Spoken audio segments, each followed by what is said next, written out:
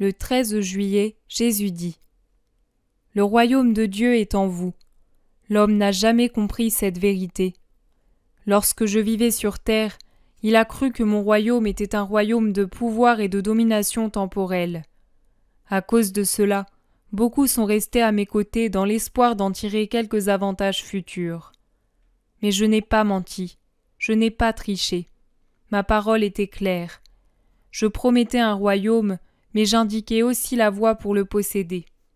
Cette voie née et n'était pas celle qui est généralement battue par ceux qui montent au pouvoir. Au contraire, c'était la voie opposée. Et justement parce qu'elle était à l'opposé du pouvoir, cette voie ne fut battue généreusement que par un petit nombre.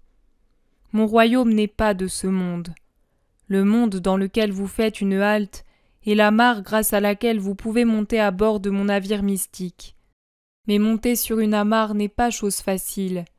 Il faut être agile, léger et en forme, ne pas souffrir des vertiges qui frappent ceux qui abusent des plaisirs. Le vice entrave la montée, les maladies aussi, tout comme la pléthore des attachements aux choses de la terre et la paresse d'esprit. Soyez saints dans l'âme. Et comme il est presque impossible à l'être humain d'être complètement sain, faites au moins attention de combattre vos maladies spirituelles à leur début. Soyez diligents. Ne dites pas « J'ai déjà tant travaillé que maintenant je me repose ». Non, mes enfants, que j'attends dans la gloire.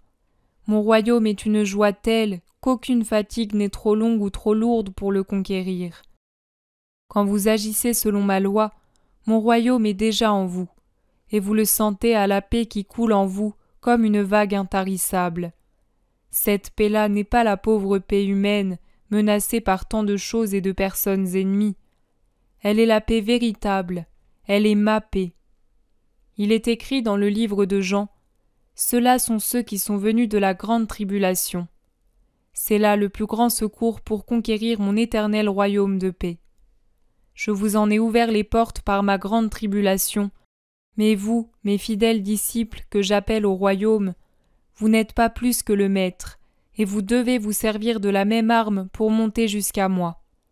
La croix est un escalier, la croix est une aile, la douleur est remède, la douleur est purification.